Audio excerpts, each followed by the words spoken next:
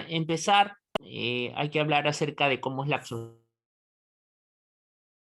No saben por morfofisiología uno los elementos vivos, saben que está la boca, el esófago. La faringe. Doctor, disculpe, se le está escuchando entrecortado. ¿Cómo? Lo escuchamos entrecortado, doctor. ¿Ahora me escuchan mejor? Sí, ahora sí, un poco. Muy bien. Sí, tenían una pregunta. Eh, bueno, como les decía, pues que depende del estómago, el esófago, el intestino delgado, el recto y finalmente el ano, ¿no? En realidad, la absorción de los nutrientes en su... Prácticamente nosotros obtenemos el alimento esenciales o compuestos del mismo cuerpo, para reacciones químicas. Sí, Lidbert. Doctor, no se le puede escuchar muy bien. Disculpe que le interrumpa, pero se le escucha un poco entrecortado. Un ratito hablar de lugar, ya, un momentito. A ver.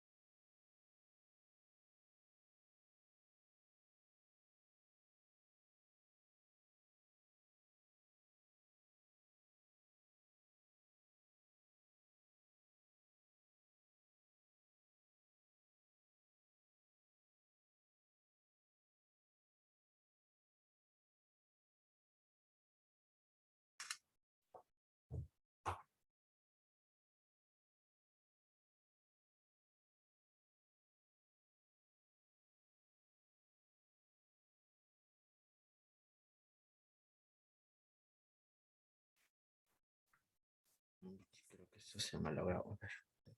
No, sí se veía.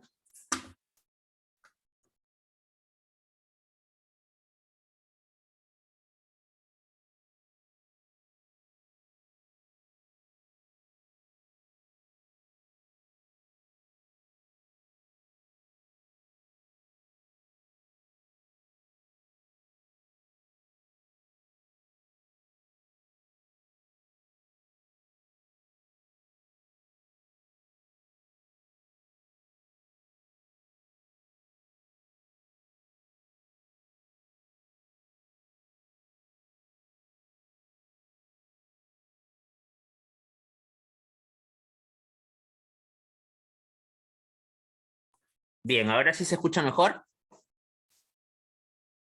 Sí, doctor. Sí, doctor. Sí, profesor. Muy bien, ya. A ver, vamos a ver. Quiero verificar un ratito que el internet esté bien, porque si está bien, qué raro.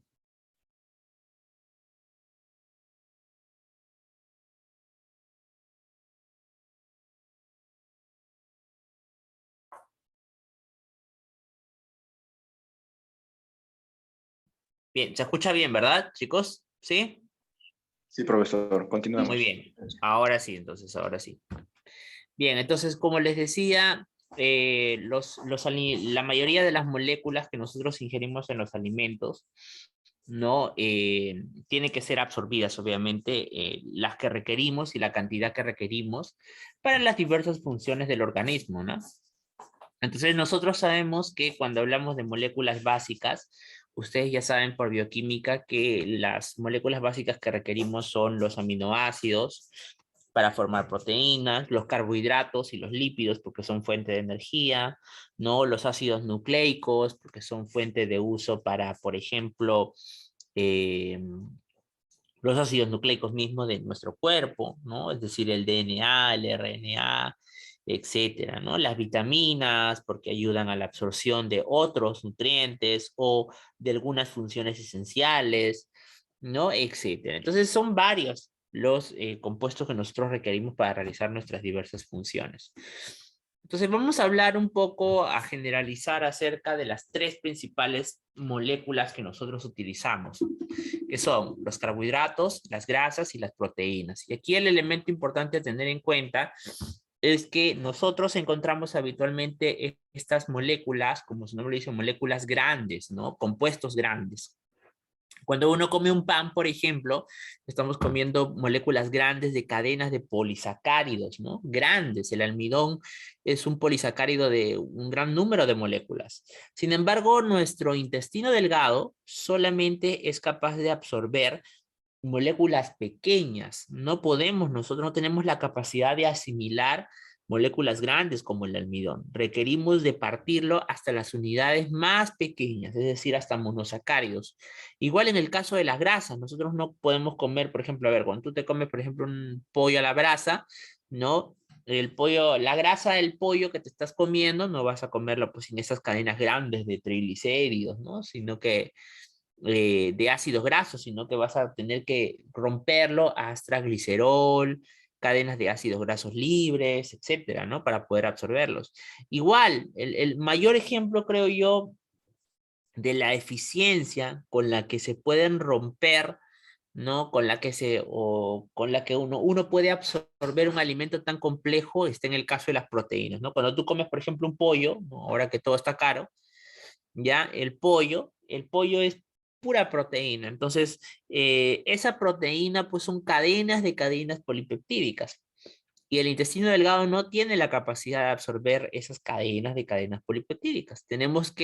Podemos absorber oligopéptidos, dipéptidos, monopéptidos, etcétera, ¿no? Pero no podemos hacer que eso ocurra. Y para hacerlo, una característica es que para poder romper ese enlace entre una cadena y otra, entre una unidad y otra, habitualmente requerimos de la presencia de agua, ¿no?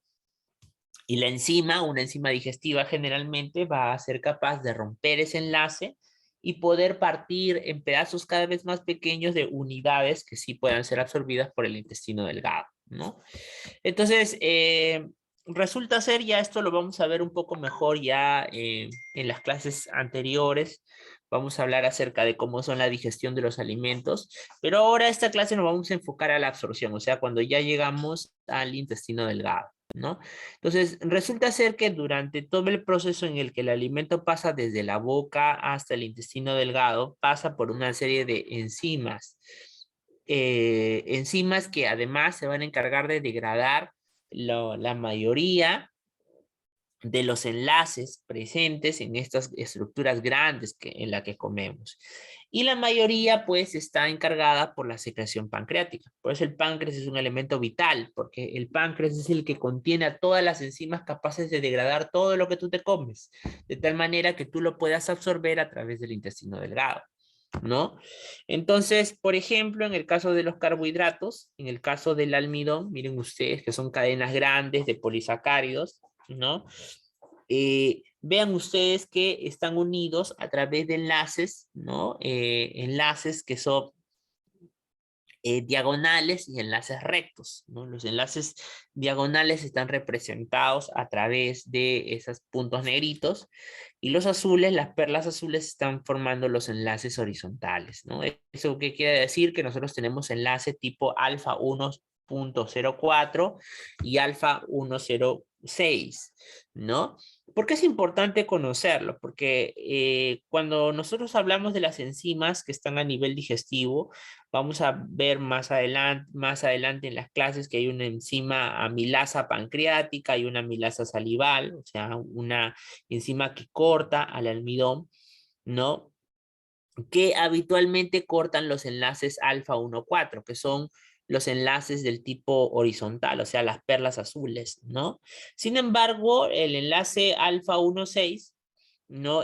Habitualmente las enzimas no lo rompen, por lo cual cuando pasan por todo el proceso de las amilasas antes mencionadas, no quedan finalmente en disacáridos, trisacáridos o polisacáridos, en los cuales se les llaman las alfa límite de Strinax, ¿no? Que son estos que contienen estos enlaces alfa 1,6 que habitualmente las amilasas no pueden cortar, ¿no? Sin embargo, cuando llegan al intestino delgado, en el intestino delgado pues se encuentran una serie de enzimas que son, que rompen el enlace alfa 1,4 y alfa 1,6. Y tú dirás, doctor, pero ¿y por qué hay enzimas en el intestino delgado si supuestamente ya tienen que llegar ya para absorberse? Es que lo que pasa es que cuando llega al intestino delgado, de todas maneras, a pesar de la gran acción de la amilasa pancreática y de la amilasa salival, pero sobre todo de la amilasa pancreática, siempre van a llegar pequeñas moléculas de disacáridos o polisacáridos que en su preferencia, en la mayoría de veces hay que tratar de hidrolizar para poder llegar hasta un monosacárido, ¿no? Es así que, por ejemplo, existen las llamadas disacaridasas, ¿no? Como son la sucrasa, la isomaltasa, la glucoamilasa, la lactasa, ¿no? Que rompen, como ustedes pueden ver en ese cuadro del costado, ahí tienen a los disacáridos que rompen, ¿no? Y producen esas dos productos que son la glucosa, la fructosa, glucosa o glucosa y galactasa, dependiendo del disacárido que hayan roto.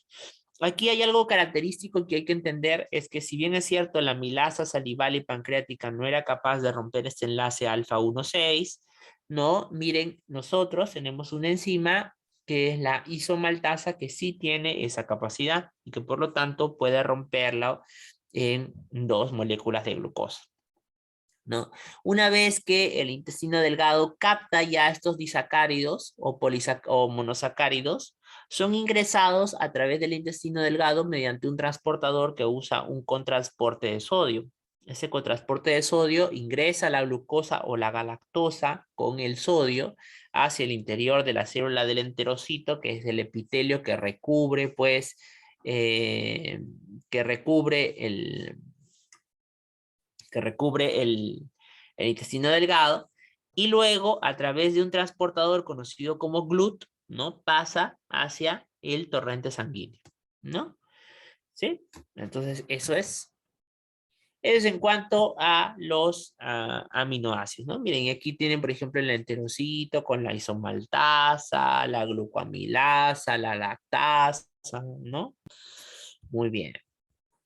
En cuanto a las proteínas, hay que mencionar que las proteínas son elementos pues complejos, ¿no? Y estos elementos complejos que son los aminoácidos son como, mejor dicho, las proteínas son como los ladrillos de nuestro cuerpo. Todo nuestro cuerpo está básicamente formado de proteínas.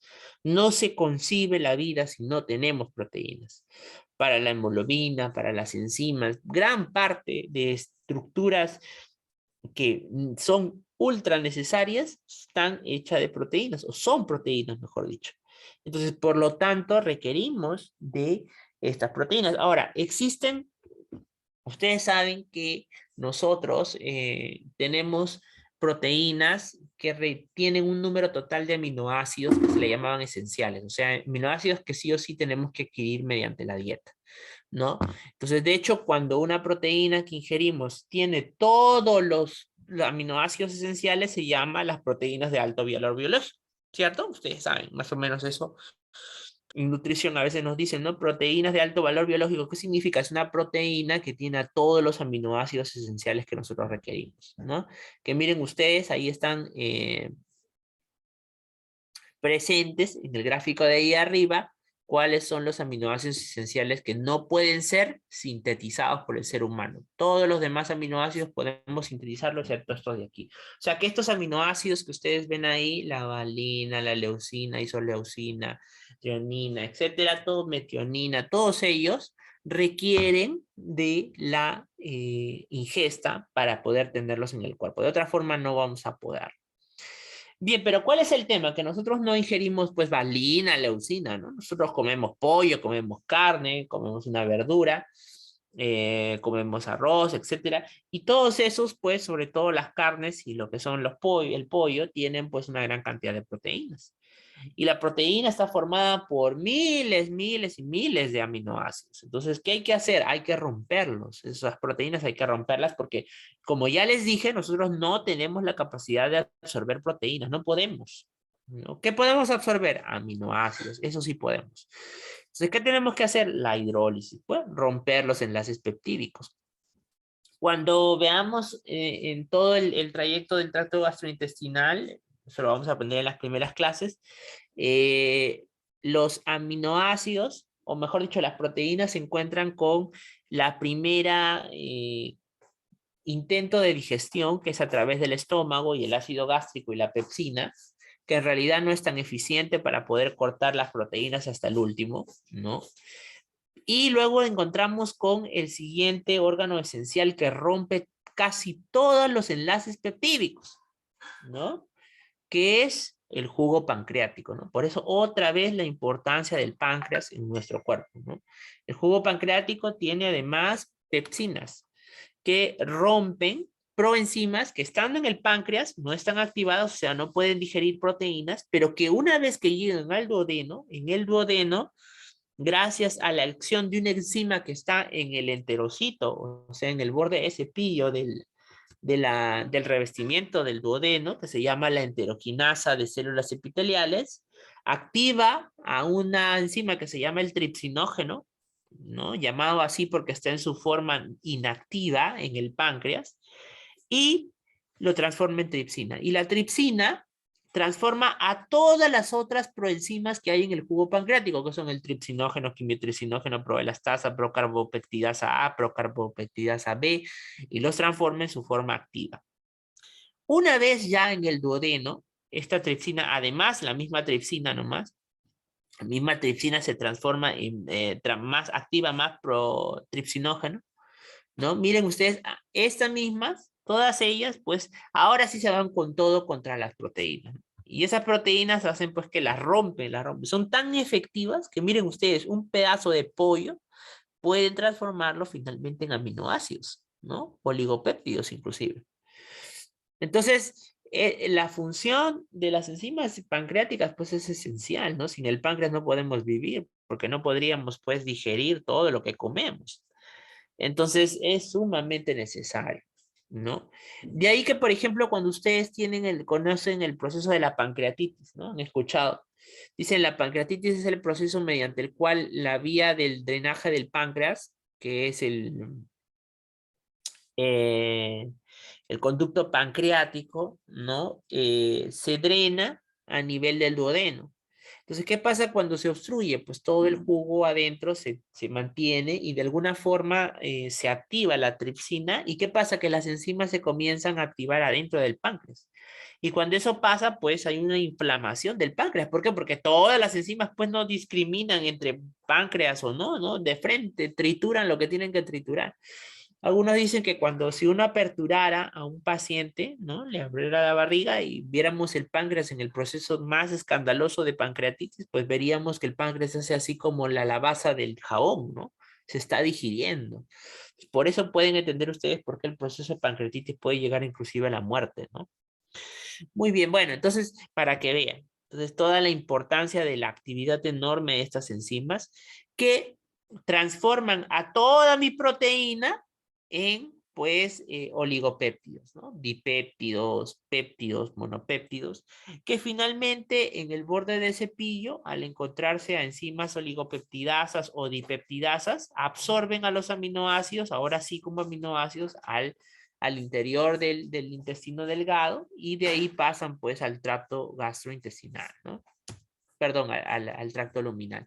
Miren ustedes acá tienen en el borde del cepillo cómo se traspasan, pueden traspasarse tripéptidos, dipéptidos, ¿no?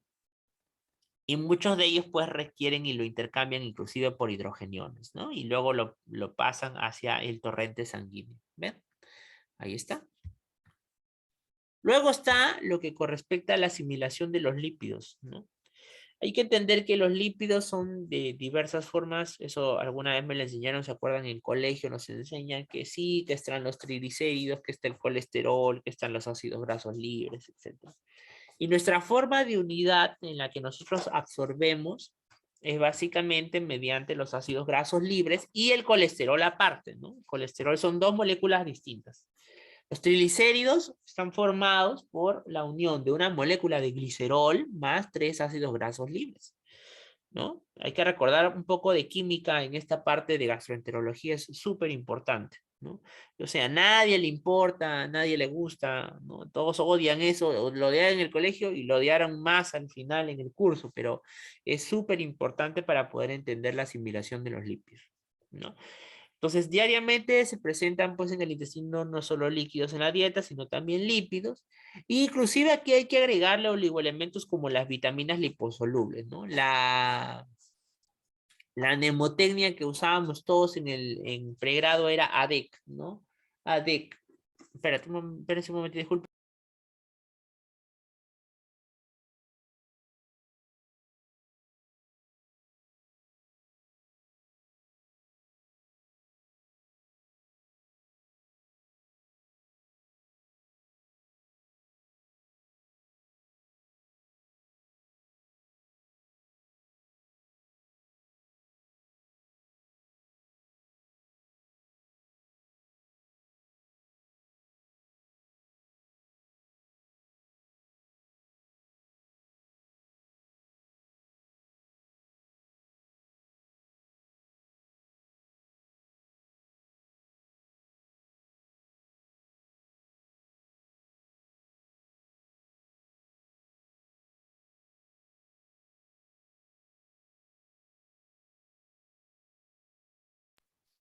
Bien, entonces, como les decía, ¿no? Aquí, ¿cómo se llama? Como les decía, aquí lo que ustedes pueden ver es que los lípidos son moléculas habitualmente muy complejas, ¿no? Entonces, en una primera fase inicial, lo que hay que hacer con estos lípidos es, primero que nada, los lípidos, a diferencia de los otros elementos, no son hidrosolubles. Eso quiere decir que no se pueden mezclar con el agua. Entonces, al no poder mezclarse con el agua, lo que pasa es que forman como gotículas grandes, ¿no? Gotas grandes o como lagos o pozos de grasas en todo el bolo alimenticio. Entonces, ¿qué hay que hacer? Hay que agarrar esos lagos grandes de grasa y hay que tratar de emulsificarlos. ¿Qué es la emulsificación?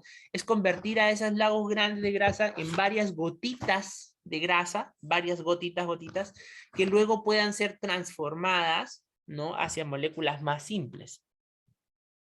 Primero que nada, ahí tenemos la acción de la emulsificación mezcladora del estómago, porque el estómago más que ayudar a la digestión, lo que hace es más a funcionar a manera de reservorio, ¿no? Y que finalmente va a estar facilitada por la emulsificación que va a estar dada por los ácidos biliares, generados obviamente también por el hígado, ¿no? Y las vías biliares. Una primera ayuda a esto es la lipasa lingual, que está presente en las papilas gustativas, ¿no? En las glándulas salivares, linguales, perdón, de la lengua, valga la redundancia. Luego está la lipasa gástrica, que está presente en el epitelio gástrico, ¿no? Y que ejerce también una función, pero ejerce una función, pues, menor. Miren ustedes cómo a lo largo de este trayecto se va formando cada vez más lagos pequeños, ¿no? Pero en realidad, quien hace la mayor cantidad de efectos es los ácidos biliares, ¿no? Los ácidos biliares, pues, convierten o las sales biliares convierten a estas gotas grandes de grasa en gotículas muy pequeñas y reducen el tamaño de estas gotículas para que puedan ser la mayor cantidad de superficie disponible presente a las enzimas que el jugo pancreático les brinda, porque el jugo pancreático también tiene lipasas. Pero, ¿qué pasa? Cuando yo tengo gotas grandes, pues lo que va a pasar es que la lipasa va a tener contacto solamente con las gotículas que estén en la superficie, ¿no? O mejor dicho, con los lípidos que estén en la superficie. Y todo lo que hay adentro no se va a poder digerir. Entonces, ¿qué va a pasar como consecuencia? Voy a tener diarrea, pues, ¿no? ¿Por qué? Porque como no lo va a poder absorber, va a haber una gran cantidad, va a ser muy pesado la cantidad y mucha cantidad de osmoles en el interior del tubo digestivo y me va a provocar diarrea. Entonces, ¿qué hace para evitar esto? Pues los ácidos biliares rompen esas gotas grandes y la convierten en gotas pequeñitas, ¿no? Entonces, y esas gotas pequeñitas, ayudadas pues, por la bilis y los ácidos biliares, ¿qué hacen? Convierten, miren, hacen que las gotas pequeñas estén cubiertas por capas de ácidos biliares, fosfolípidos y colesterol que permite que los bordes de cepillo se puedan unir hacia estas enzimas y que además las enzimas de las lipasas hidrosolubles puedan tener contacto con ella, porque hay que recordar que las lipasas presentes en el páncreas son hidrosolubles. Eso quiere decir que no podrían tener contacto además, pues, con las gotas grandes de grasa que podemos tener, ¿cierto?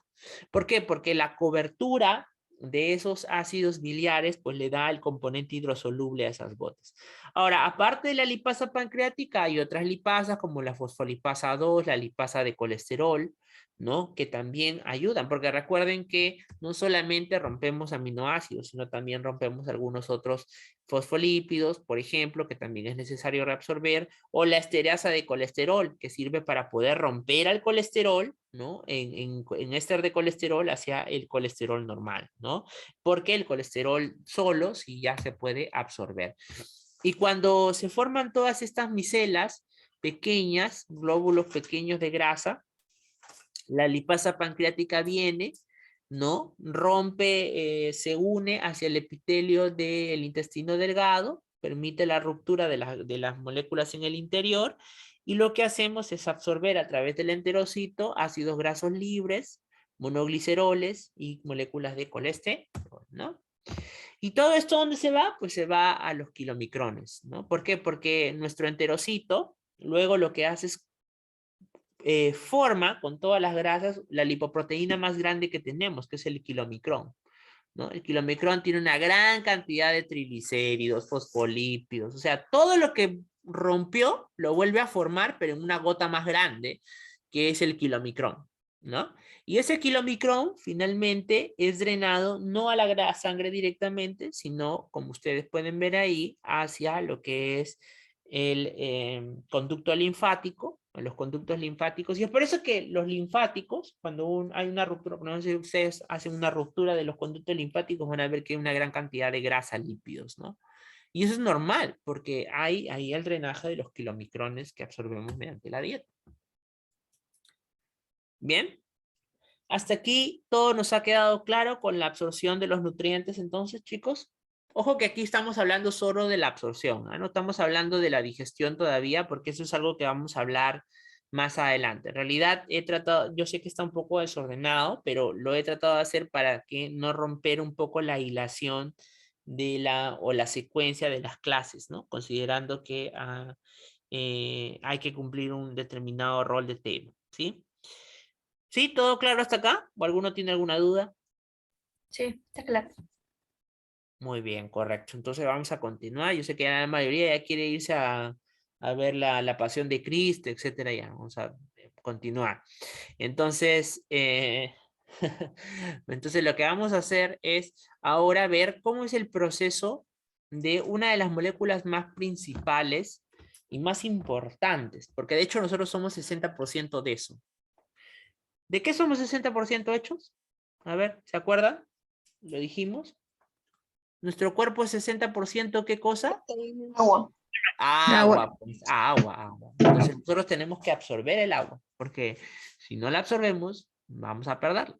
Y vamos a ver por qué, miren, La cantidad total de agua que absorbemos al día es igual al líquido ingerido, ¿no? Alrededor de 1.5 litros, más el contenido de las secreciones intestinales. Entonces, a ver, ¿cuánto secretamos si yo junto en un balde todo lo que produzco mis secreciones del tubo digestivo en un día? ¿Cuánto creen que saldrá? Miren ustedes, 7 litros. Su doctor, ¿tanto? Sí, pues, cuando tú produces secreción salival, secreción pancreática, secreción gastrointestinal, secreción del tubo digestivo delgado, secreción del tubo digestivo grueso en la primera porción. Todo eso da un alrededor de 7 a 8 litros aproximadamente. ¿Te imaginas qué pasaría si yo en mi tubo digestivo no tuviera la capacidad de todo lo que yo secreto lo botaría? ¿Qué pasaría? Se deshidrataría. Claro, una deshidratación, ¿no? Entonces, ¿qué pasa en los procesos en los cuales, por ejemplo, el tubo digestivo, que es el principal encargado del tubo digestivo, perdón, el intestino delgado, que es el principal encargado de esta función, pierde la capacidad para reabsorber parte del agua de las secreciones, porque no podemos perder 7 litros por día, o alguien va al baño y hace 7 litros al día, no creo, ¿no? Entonces, y si es así, seguramente que ya estaría muerto ya en 2 días. Entonces, porque ya pueden entender por qué hay procesos infecciosos que al dañar la mucosa intestinal delgada pueden generar grandes cámaras de diarrea. Sin ir muy lejos, bueno, yo no lo viví porque obviamente no tengo tantos años, pero seguramente les han contado de repente a ustedes también sobre la gran epidemia del cólera que hubo, ¿no? Ustedes saben que ahí en la epidemia del cólera, la gente se moría de deshidratación. Es más, no sé si ustedes terminan la clase, miren, googleenlo, van a ver que en las épocas del cólera, que es una infección viral por Vibrio cholerae que provocaba una toxina a nivel del epitelio del túbulo intestinal que evitaba la absorción del sodio y el cloro y además el agua,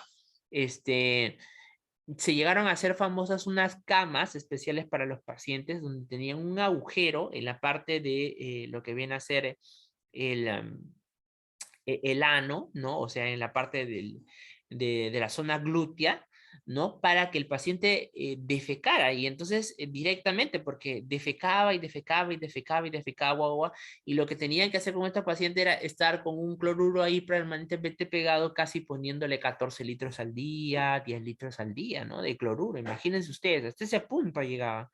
¿Por qué? Porque las personas pues morían por falla renal aguda prerrenal, morían por hipotensión, etcétera. Entonces habría pues que hidratarlo,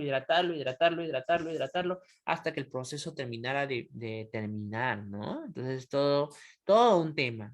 Bueno, vibrio cholerae, no creo que eso es de hablar tonterías, es una bacteria. Muy bien, entonces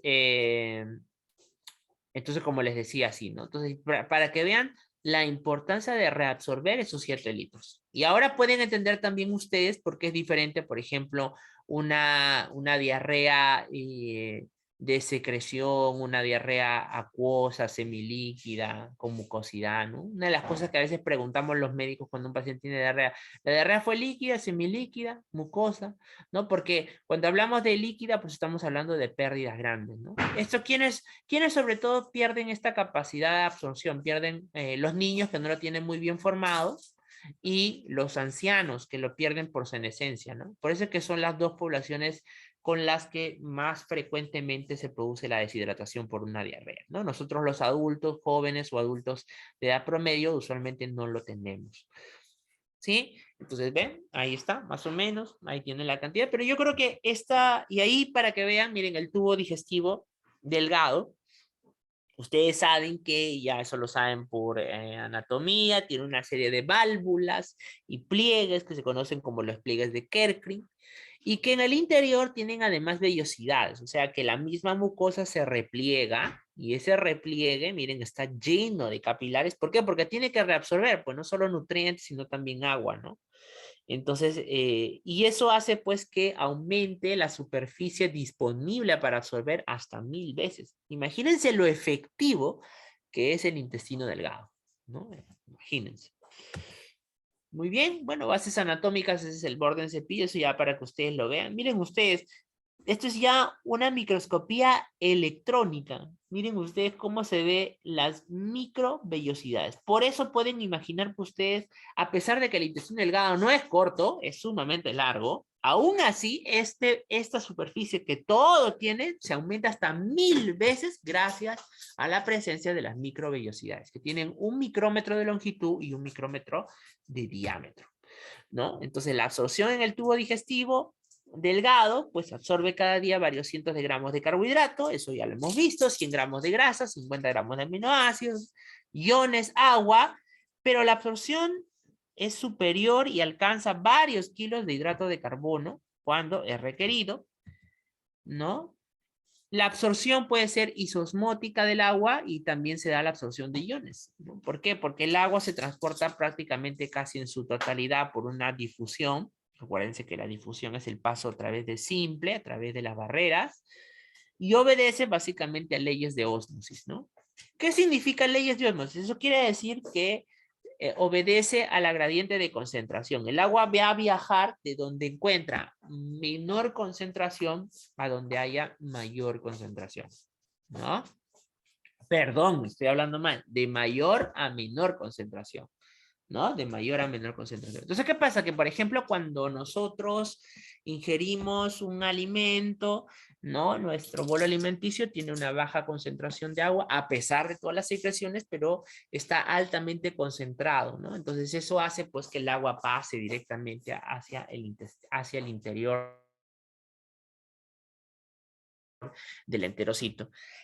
Entonces, por ejemplo, esa premisa es utilizada por algunos fármacos cuando yo, por ejemplo, tengo un paciente con estreñimiento. Si yo tengo un paciente con estreñimiento, ¿qué hago? Le doy un jarabe especial que aumenta la osmolaridad y eso generará que haya una menor cantidad de agua que tiende a absorberse y por lo tanto tendrá un poquito más de diarrea, ¿no?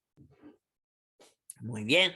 Y la absorción de iones que se da básicamente gracias a transportadores, ¿no? Transportadores de estos iones en el tubo digestivo. Eso ya lo vamos a ir revisando. Miren ustedes, acá pueden ver algunos de los transportadores que intercambian sodio con potasio, permiten la salida de cloro, permiten la entrada de simple difusión sin transportadores de agua.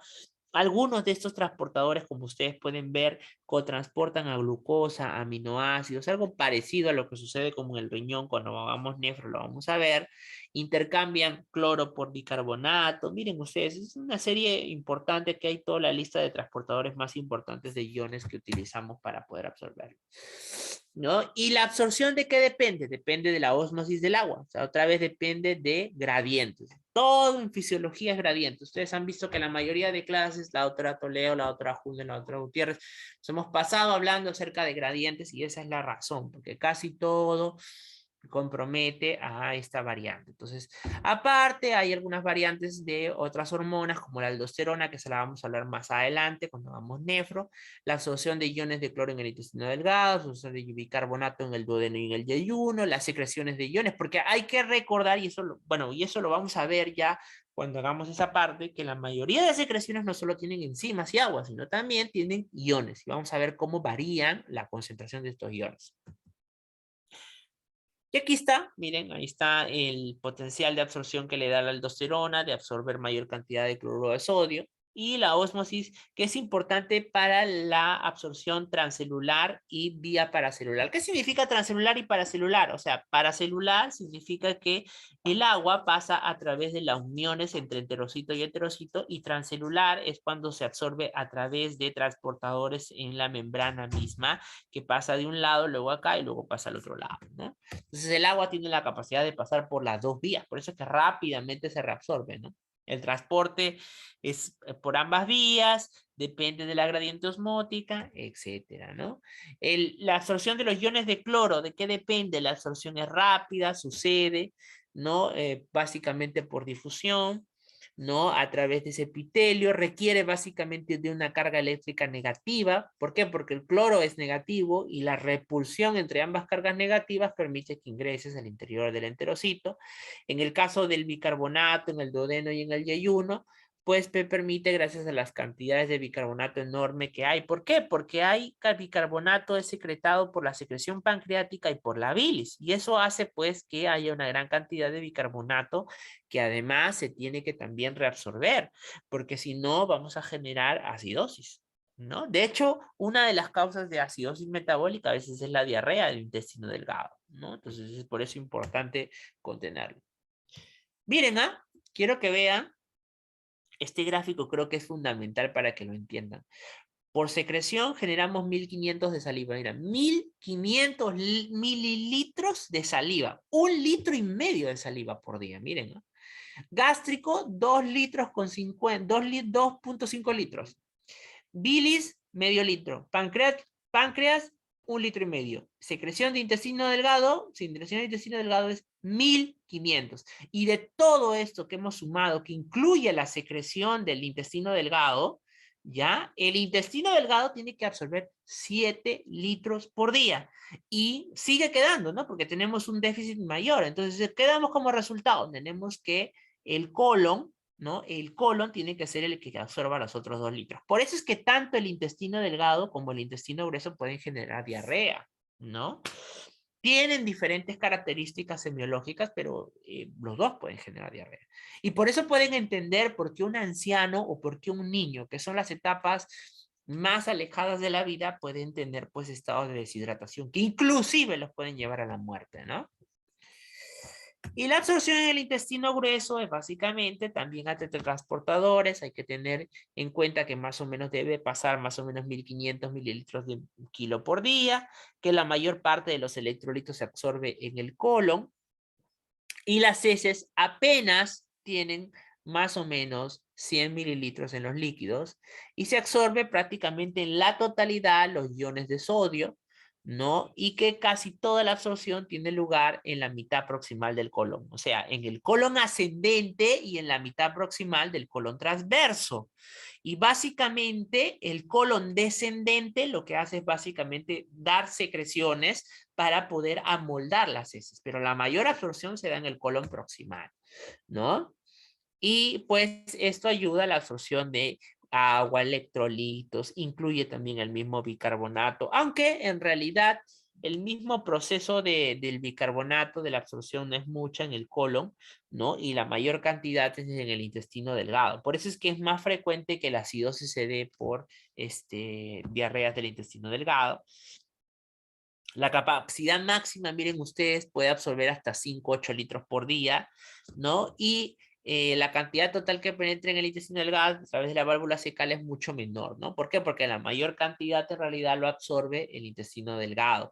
Pero eso lo hace justamente porque nuestro colon tiene que estar dispuesto a absorber una mayor cantidad. Por eso es que ustedes tienen una diarrea de intestino delgado y no pues hacen 7 litros por día, ¿no? Hacen mucho menos. ¿Por qué? Porque el colon se asegura de poder absorber, digamos, claro, no es tanta su capacidad como la del intestino delgado, pero sí aminora bastante la pérdida del proceso, ¿no? Otra importante es la acción bacteriana, porque las bacterias que están en el colon permiten la digestión de algunos alimentos, porque ellos tienen enzimas que nosotros no tenemos, nuestra flora bacteriana, y además también son habitantes normales de la mucosa colónica, o sea, quiere decir que es normal, ¿no? Es normal. Y de hecho son parte importante inclusive de la inmunidad. Cuando hay una alteración de esta flora, pues producen algunos procesos infecciosos e inclusive se habla de los procesos autoinmunes, ¿no? Por lo tanto, en el compuesto final, las heces están formadas en 3/4 de agua, 1/4 de materia sólida, ¿no? 3% bacterias muertas, 10% a 20% grasas, y 20% materia inorgánica y entre 2 a 3% de proteínas, 30% de productos no genéricos. Ahora, doctora, ¿a qué se debe ese color pardo? Porque ahí tenemos a la estercobolina y la urobilina, que son sustancias derivadas de la bilirrubina, que vamos a ver eso en cuando hagamos hígado, de dónde viene, pero que están secretados por la secreción hepática, ¿ya? Y que las bacterias lo convierten en urobilina y estercobolina. Por eso tienen ese color las heces, ¿no? Y doctor, ¿y el olor a qué se debe? Bueno, el olor se debe al producto de la acción bacteriana. Las bacterias descomponen muchos de los restos de alimento y eso permite pues productos odoríferos como ostrol, indol, escatol, mercaptano, el ácido sulfídrico que genera ese olor pues desagradable de las heces, ¿no? Muy bien. Listo, doctores. Entonces, ven, ha sido bastante corto, no es muy largo esta primera parte, pero es importante